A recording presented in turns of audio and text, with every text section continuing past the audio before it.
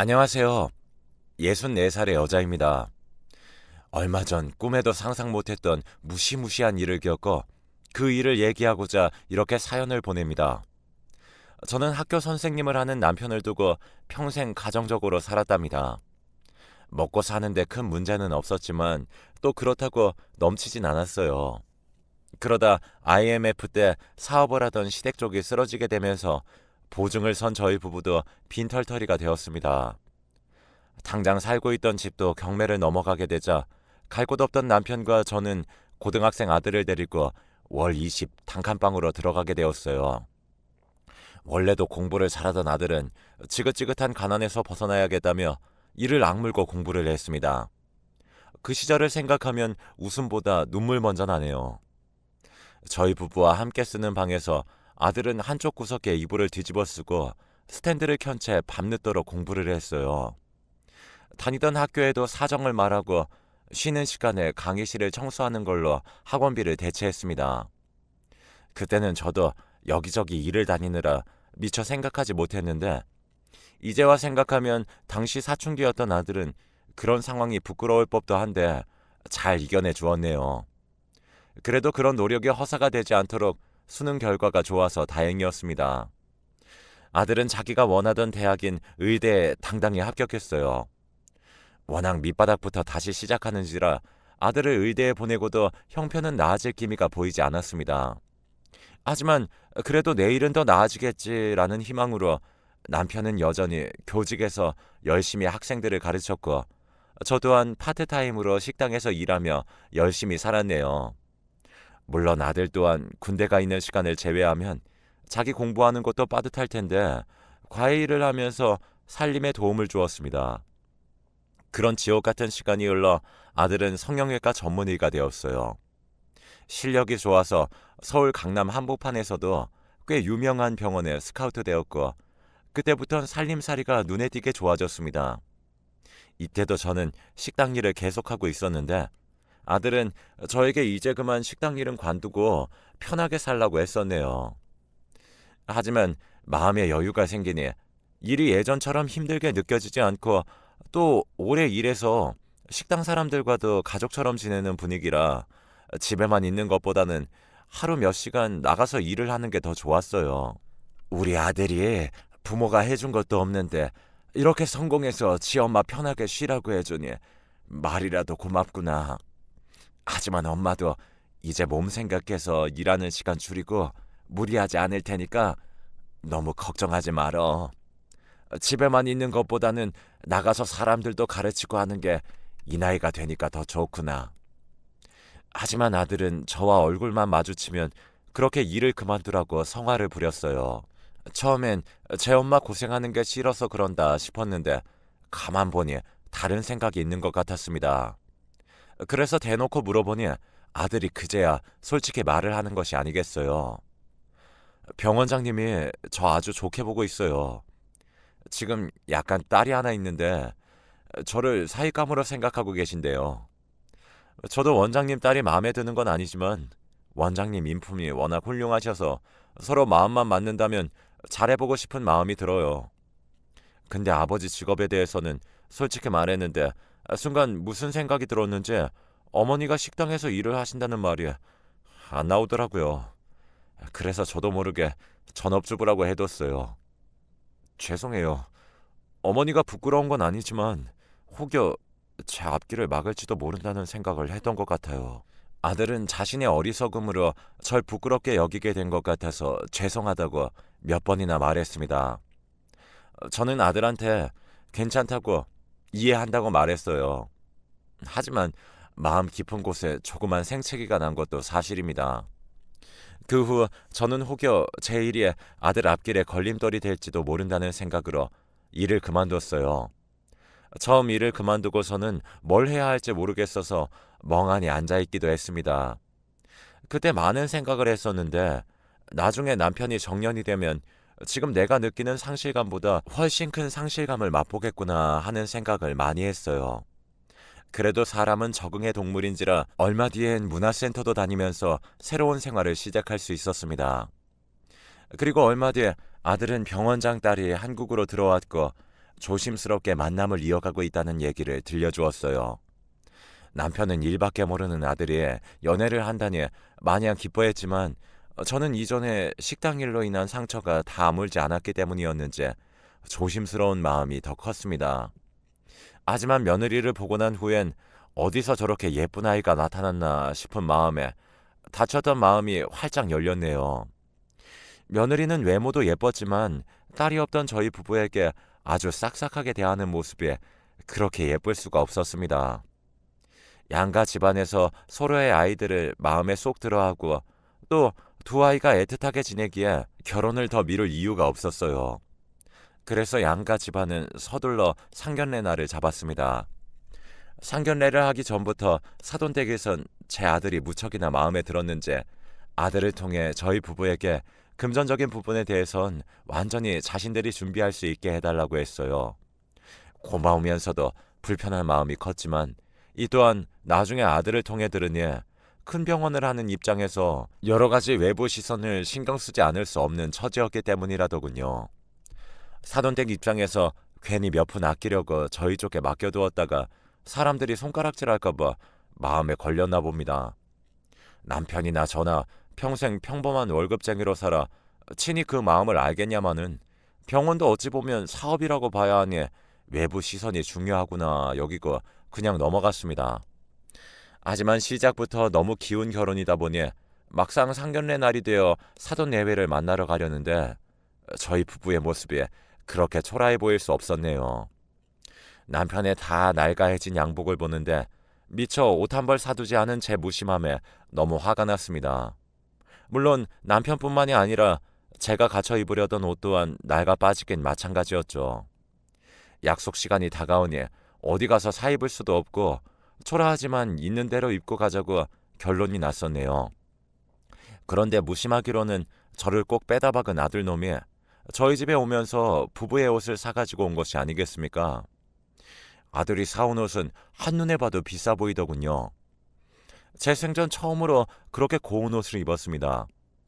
겉모습은 항상 아무것도 아니라고 여겼던 저지만 거울에 비친 제 모습을 보니 어깨가 당당하게 펴지는 기분이었어요. 남편도 생전 가져본 적 없는 고급 양복과 구두에 기분이 좋은 것 같았습니다.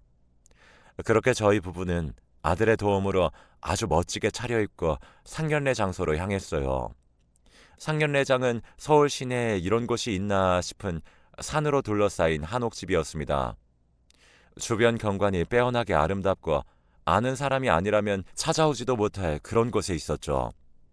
어쩐지 저희 부부가 상견례장으로 바로 가겠다고 했을 때 아들이 그랬거든요. 거긴 차 없으면 못 와요. 택시 타도 입구 쪽에서 들어오지 못해서 자차 이용해서 가는 게 제일 나아요. 직접 와보니 아들이 그렇게 말한 이유를 알겠더군요. 저 밑에서부터 예약된 차량이 아니면 아예 접근부터 못하는 그런 곳이었습니다. 그날 남편이랑 저에겐 살면서 가져보지 못할 옷과 가보지 못할 장소로 갔던 아주 희한한 날이었어요. 예약된 방으로 들어가니 사돈 내외는 먼저 도착해 있더군요. 저희 부부가 도착하고 한식이 코스로 나오기 시작했습니다. 사돈 두 분은 머리부터 발끝까지 귀티가 풀풀 나는 것이 저희 부부가 아무리 꾸며왔다고 해도 또 비교가 안 되더군요. 그래도 사돈 내외가 이것저것 저희 부부가 혹시 불편하지 않을까 많이 신경을 써주셔서 상견례하는 동안 점점 더 자리가 편해졌네요. 한참 이런저런 이야기가 오고 간 후 본격적으로 결혼 준비에 대한 얘기가 나왔어요. 바깥 사돈이 먼저 말을 꺼냈습니다. 아드님 통해서 들으셨겠지만 저희 쪽에서 애들에게 이것저것 준비를 해주려고 합니다. 혹시 이 부분에 대해서는 저희한테 서운하진 않으신지요? 저희 자식을 예쁘게 봐주시고 그렇게 아껴주시니 감사할 따름이죠. 단지 비로소 자식에게 마음만큼 풍족하게 해줄 수 없는 게 죄송할 따름입니다. 사돈 내외께서 아드님을 이렇게 훌륭하게 키워주신 것만으로도 충분합니다.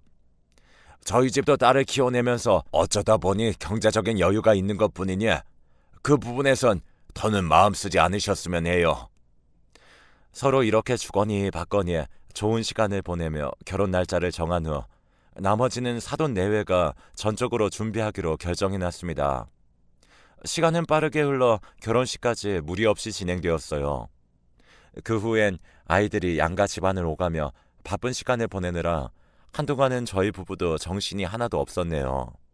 오히려 결혼 준비 기간에 할 일이 없다 보니 아이들 결혼 후가 저희 부부에겐 더욱 바쁘게 느껴졌습니다.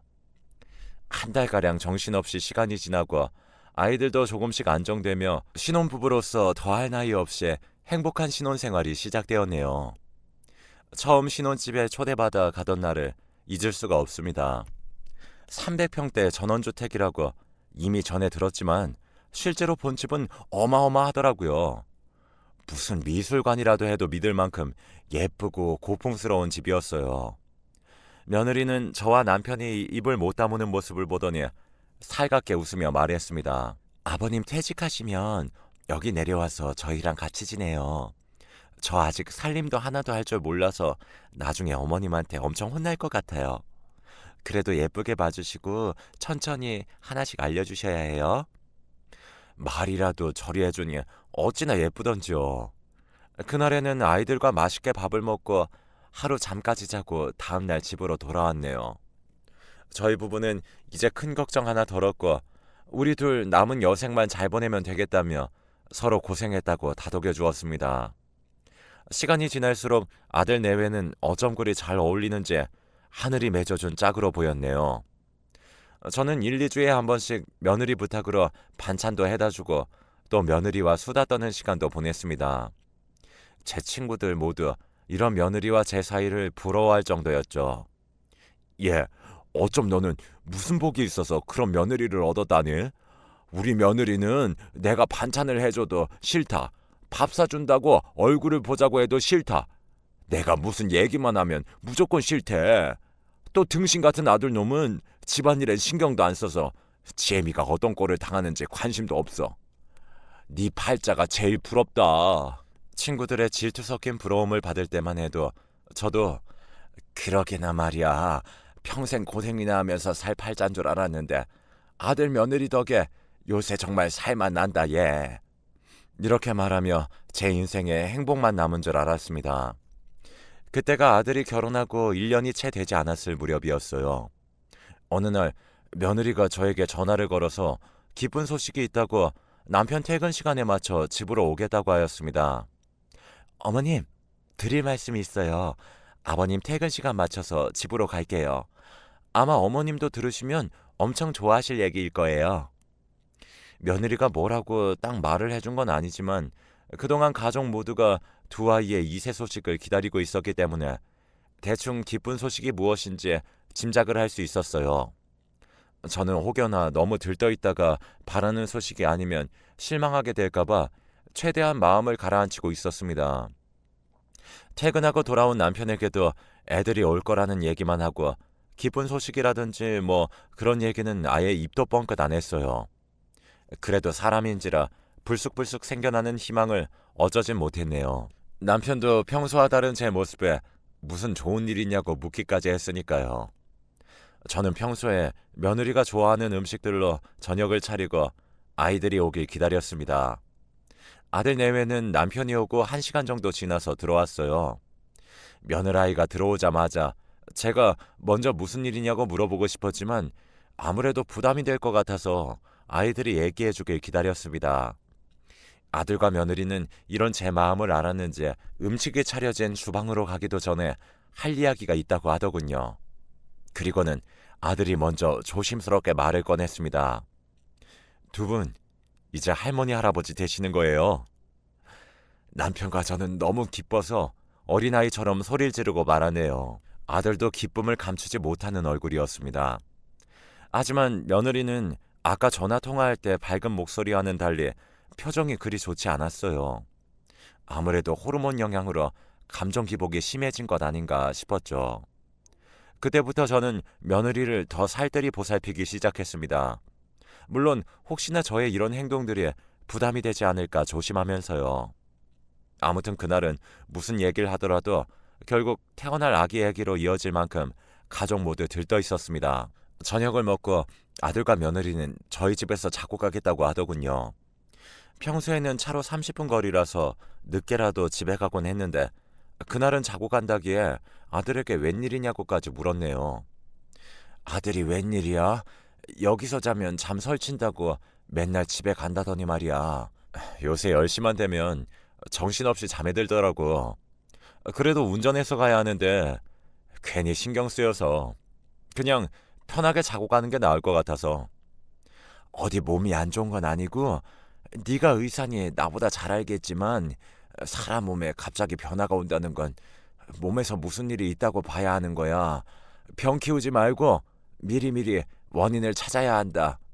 엄마 말 무슨 말인지 알지? 저는 아들이 갑자기 잠이 많아졌다는 말에 괜히 걱정이 되었어요. 그날 이후로 저는 아들과 며느리 두 아이가 물가에 내놓은 아이들 마냥 걱정이 되었습니다. 제가 이런 마음을 비추니 며느리가 먼저 그럼 신혼집에서 잠깐이라도 생활하며 돌봐주는 건 어떻겠냐고 묻더군요. 그래서 남편과 상의 끝에 일주일에 2, 3일이라도 아들네에 머물며 이것저것 아이들을 돌보기로 하였습니다. 바로 다음 날이 되어 저는 이틀째 옷가지를 챙겨 아들네로 갔어요. 며느리는 임신하고 부쩍 살도 빠지고 기운이 없어 보였습니다. 제가 간 날도 피곤한지 자리에서 일어나지 못하고 낮 동안 내내 잠을 잤어요. 저는 집안일은 일하는 아주머니께 맡기고 며느리 몸을 생각해서 전복으로 탕도 끓이고 아들 내외가 특히나 좋아하는 나물 반찬도 한가득 했답니다. 그리고 나니 저도 오랜만에 바쁘게 움직여서인지 졸음이 몰려오더라고요. 한숨 자고 일어나니 벌써 저녁이더군요. 며느리는 아직도 자는지 2층 방이 조용했습니다. 저는 아들의 퇴근 시간에 맞춰 음식을 차리고 며느리를 깨웠어요. 그런데 며느리는 제 소리에 무척이나 놀랐는지 신경질을 부리며 잠에서 깨어났습니다. 아이씨, 뭐예요? 평소와 너무 다른 며느리의 모습에 저 또한 놀랐지만 금방 미안하다고 사과하는 걸 보며 잠결에 놀라서 그랬구나 생각하고 넘어갔어요. 또 원래 성격이랑은 다르게 잠재된 예민한 사람이 있기 마련이니 별일 아니라 여겼습니다. 하지만 제가 그 집에서 지내는 일이 예전보다 많아지다 보니 잠잘 때가 아니라도 그런 예민한 모습을 간혹 보게 되었어요. 하지만 그때마다 며느리가 빠르게 사과를 했고 웃으며 분위기를 바꾸려 했기에 뭐라 하지 않았습니다. 그러다 한날은 며느리가 도가 넘는 욕을 뱉은 적이 있어서 따끔하게 한마디 하였습니다. 아가, 아무리 네가 임신으로 감정 조절이 힘들다고 해도 그렇게 욕을 하는 건 아니지 않겠니? 예? 다른 때도 욕이라면 자신의 인성을 깎아내리는 짓인데 하물며 네 아이를 품고 있는 때니까 그 부분은 더욱 조심하도록 하거라. 제 말에 며느리가 두 눈이 빨개진 채 울기에 저는 그 후엔 충분히 달래주었어요. 하지만 그 후엔 혹여 제가 집에 드나드는 것이 싫어서 며느리가 저러는 건가 싶었습니다. 그래서 가능하면 제가 가지 않고 퇴근하는 아들에게 집으로 들러 반찬을 가져가라고 하며 거리를 두기 위해 노력했어요. 그런데 또 며느리는 자기 나름으로 제가 가는 횟수가 줄어드니 마음이 쓰였나 봐요. 하루는 전화를 해서 저에게 보고 싶다 어쩌다 얘기를 하며 시간 될 때 오라고 하는 것이 아니겠어요. 그래서 그날 음식을 준비해서 아들 내외 집으로 갔습니다. 원래 생각으로는 일찍 가서 며느리 얼굴 잠깐 보고 반찬만 주고 오는 거였어요. 그런데 반찬하는 시간이 생각보다 길어지며 좀 느지막이 도착하게 되었습니다. 괜히 며느리 눈치가 보여서 반찬만 주고 돌아가려고 했지만 자고 다음날 가라는 아들과 며느리의 말에 그렇게 하기로 했어요. 아들은 저번에 얘기했듯 10시가 되니 꾸벅꾸벅 졸기 시작했습니다. 며느리와 제가 들어가서 자라고 했더니 아들은 겨우 몸을 일으켜 방으로 들어가더라고요. 그리고 저는 조금 있으니 잠이 몰려오기 시작했어요. 나이가 들어선지 잠이 줄어서 늦게 자고 일찍 일어나는 생활이 반복되고 있었기에 오히려 일찍부터 졸리니 잘 됐다 싶었습니다. 며느리에게 먼저 자겠다고 이야기하고 방으로 들어갔어요. 그런데 한참 자고 있는데 방문이 끽 열렸다 닫히는 소리가 들렸고 원래 잠기가 밝았던 저는 그 소리에 잠이 깨고 말았습니다. 자리에서 일어나 무슨 일 있나 나가보려는데 방문 밖에서 며느리의 목소리가 들려왔습니다. 처음에는 저한테 무슨 얘기를 하나 싶었는데 가만 들어보니 통화 중인 것 같았어요. 저는 문손잡이를 놓고 다시 자리에 누웠습니다. 괜히 저 때문에 며느리가 사생활도 없이 불편해질까봐 그랬죠. 그런데 다시 자려고 누워도 잠이 오지 않았습니다. 또 하필이면 며느리가 제가 자는 방이 있는 2층 거실에서 통화를 하는데 가끔씩 크게 웃는 바람에 잠은 더욱더 달아났어요. 시계를 보니 새벽 1시가 넘은 시간이더군요. 늦게까지 누구랑 저렇게 통화를 하나 생각하고 있는데 며느리가 1층으로 내려가는 소리가 들렸습니다. 저는 잠도 깬 마당에 텔레비전이라도 볼 겸 방을 나왔어요. 그런데 방을 나서니 며느리의 통화 내용이 아주 생생하게 들리는 게 아니겠어요. 1층 주방에서 통화를 하는 것 같은데 바로 옆에서 얘기하는 것처럼 들렸습니다. 그런데 문제는 며느리의 통화 내용이었습니다. 우리 시엄마한테도 먹였어. 근데 많이 먹은 게 아니라 오늘은 좀 신경 쓰여서 못 나가겠고 내일 남편 재우고 나갈게. 이 말을 듣는데 뭔가 이상하다는 생각이 들었어요.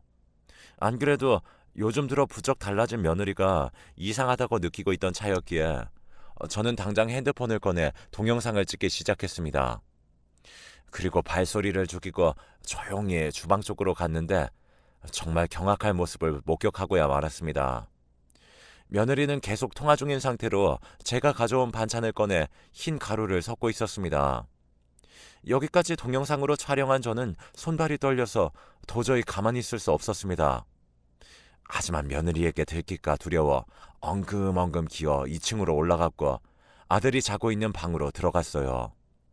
저는 조용히 아들을 깨우기 시작했습니다. 하지만 아들은 약기운 때문인지 쉽게 일어나지 못했어요. 아들, 일어나봐. 지금 큰일 난 것 같다. 눈 좀 떠봐. 끈질기게 아들을 흔들어 깨우니 그래도 겨우 일어나더군요. 저는 아들에게 자초지종은 나중에 설명할 테니 우선은 집을 나가자고 했습니다. 아들은 영문도 모르고 제가 서둘러 말하니 주섬주섬 옷을 챙겨 입기 시작했어요. 저는 그 사이 방을 나와서 일부러 며느리가 들을 수 있게 큰 소리로 말했습니다. 네 아버지가 지금 몸이 많이 안 좋으시다고 하는구나. 지금 집에 가봐야 할 것 같은데 아들, 운전할 수 있겠어? 항상 영민했던 아들은 제 말 속에 분명 다른 뜻이 있다는 걸 한눈에 눈치채고는 일단 나가자고 하였습니다. 며느리도 그 소리에 뛰어와서 아버님이 어디가 안 좋냐, 자신과 함께 가는 게 낫지 않겠냐 이런 소리를 하였어요. 저는 며느리에겐 집에서 쉬라고 하였습니다. 지금 밤도 늦었는데 임신한 몸으로 무리하지 않는 게 좋을 것 같구나. 우리가 가서 상황 보고 연락 줄 테니 너는 걱정 말고 집에서 쉬고 있거라. 며느리도 제 말에 수긍해서 저는 아들만 데리고 그 집을 나올 수 있었습니다. 아들은 그 소란에 잠이 전부 깬 상태라 다행히 운전을 할 수 있었고 저희는 무사히 집으로 도착할 수 있었어요. 집에 도착한 저는 지체 없이 촬영한 동영상을 보여주었습니다. 함께 보던 남편과 아들은 할 말을 잃고 망연자실한 표정이더군요. 너무나 믿고 있던 며느리였기에 바람을 암시하는 통화 내용과 또 정체를 알 수 없는 흰 가루를 아들에게 먹여왔다는 사실이 고통으로 다가왔죠. 저는 아들에게 길게 산 것도 아니니 이쯤에서 이혼하는 게 어떨지 물었어요. 아들, 나도 내 며느리를 참 예뻐하지만 가만 보니 애가 그 본성을 감추고 우릴 대했던 것 같구나. 이대로 계속 같이 사는 게 무슨 의미가 있을까 싶단다. 제 말에 남편과 아들 모두 동의했습니다. 하지만 아들은 그렇게 말하더군요. 하지만 이렇게 증거가 미비한 상태로 이혼을 진행할 순 없어요. 일단 모른 척 증거를 좀 더 모을게요. 그때까지만 조금 기다려주세요. 다음 날이 되어 아들은 아무 일 없는 척 집으로 돌아갔고 그때부터 저는 반찬을 해서 2통에 나눠 담았습니다. 하나는 며느리에게 건네주었고 다른 하나는 며느리 몰래 아들에게 주었습니다. 며느리가 또다시 정체 모를 흰가루를 섞을 걸 대비해서였죠. 얼마 뒤에 아들이 퇴근 후 바로 저희 집으로 와서 이야기를 꺼냈습니다. 아내가 주는 음식이랑 어머니가 저한테 따로 주신 반찬을 몰래 바꿔치기 하고 먹었더니 갑자기 잠드는 일이 없었어요. 그래서 밤에 몰래 아내 통화 내용을 녹음했는데 역시나 우리가 생각한 것처럼 저 몰래 다른 남자를 만나고 있더군요. 아내 블랙박스를 확인하니 그 남자와 함께 있던 증거도 충분히 나왔어요. 또 아내가 가지고 있던 흰 가루는 수면제 성분이었고요. 증거는 모두 모았고 내일 장인어른께도 이 부분에 대해서 전부 이야기하고 이혼을 요구할 생각이에요. 저희 가족은 아들이 녹음한 며느리의 통화 내용을 들었습니다. 며느리는 저희 가족에 분명 불만이었는지 한참 욕지거리를 섞어 저희 가족을 욕하고 또 상대방 남자에게 사랑한다는 말도 했었습니다. 하지만 이 중 가장 충격적인 내용은 따로 있었습니다. 우리 애기도 조금 있으면 태어날 텐데 일단 남편 호적에 올리는 수밖에 없을 것 같아. 불만스럽겠지만 한동안 우리 사이는 이렇게 몰래 만날 수밖에 없어. 아빠가 재산 물려주신다는 명목으로 내건 조건이라 내가 무슨 짓을 하든 모른 척하고 있지만 다른 사람들 시선 때문에 지금 남편이랑 계속 혼인을 유지하는 거잖아. 내 계획은 2, 3년 안에 남편이 바람피도록 유도해서 남편한테 전부 뒤집어 씌우는 거야. 그때까지 우리 둘 다 쥐죽은 듯이 참자. 당신도 내가 빈털터리로 집에 쫓겨나는 거 바라진 않을 거 아니야. 여기까지 이야기를 듣는데 소중한 생명을 가지고 거짓말을 해다는 것이 소름 끼치고 견딜 수 없었습니다. 다음날 우리 가족은 모두 모여 며느리와 사돈 내외를 만나자고 했습니다.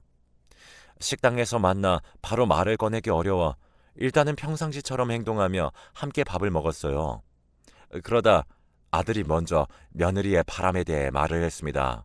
이런 자리에서 말씀드리는 게 편한 건 아니지만 아내가 현재 바람을 피고 있습니다.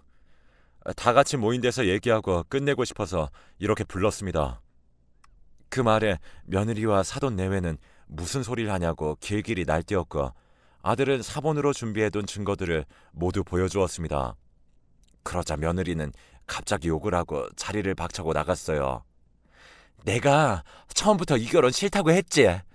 몰라. 난 약속 있으니까 갈 거야.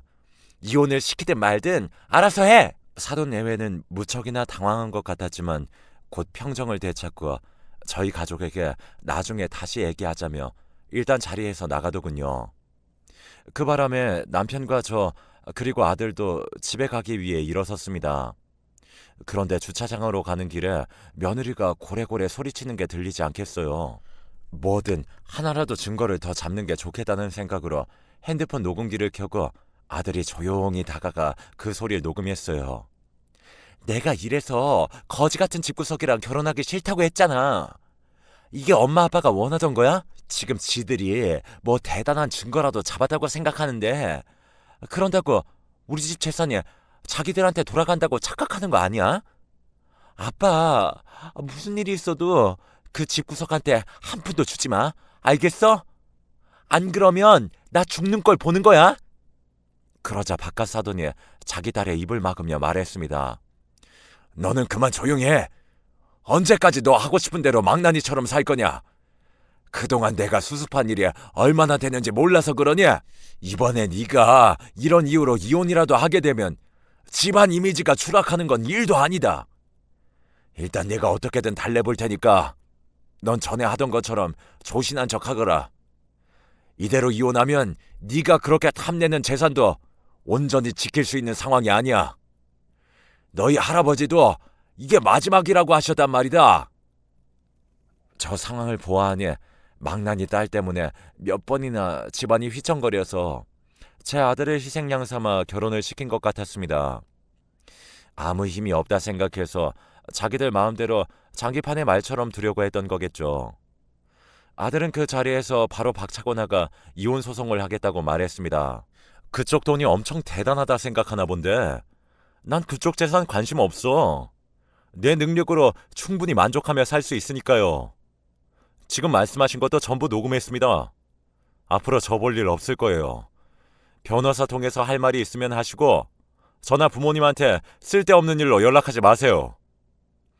그 후 증거를 가지고 이혼 소송을 진행했네요.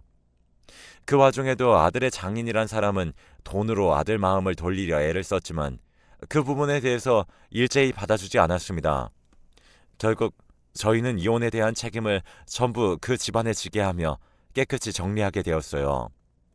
아들에게 들은 얘기로는 자기들이 마지막에 했던 말처럼 망나니 딸의 이혼으로 인해서 자기들이 몸담고 있던 상류 사회에서 내쫓기는 건 물론이고 그 재산도 집안의 다른 사람들에게 전부 돌아갔다고 합니다. 그 후 아들은 병원을 옮겨 오로지 실력으로 인정받는 의사가 되었고요. 현재 저희 가족은 악몽 같은 그 무시무시한 집안에서 벗어나 행복한 삶으로 돌아왔답니다. 저희에게 몹쓸 짓을 한 그 집 사람들은 자기들이 그토록 지키려고 애쓰던 돈과 명성을 전부 잃고 영원히 고통 속에서 살겠죠.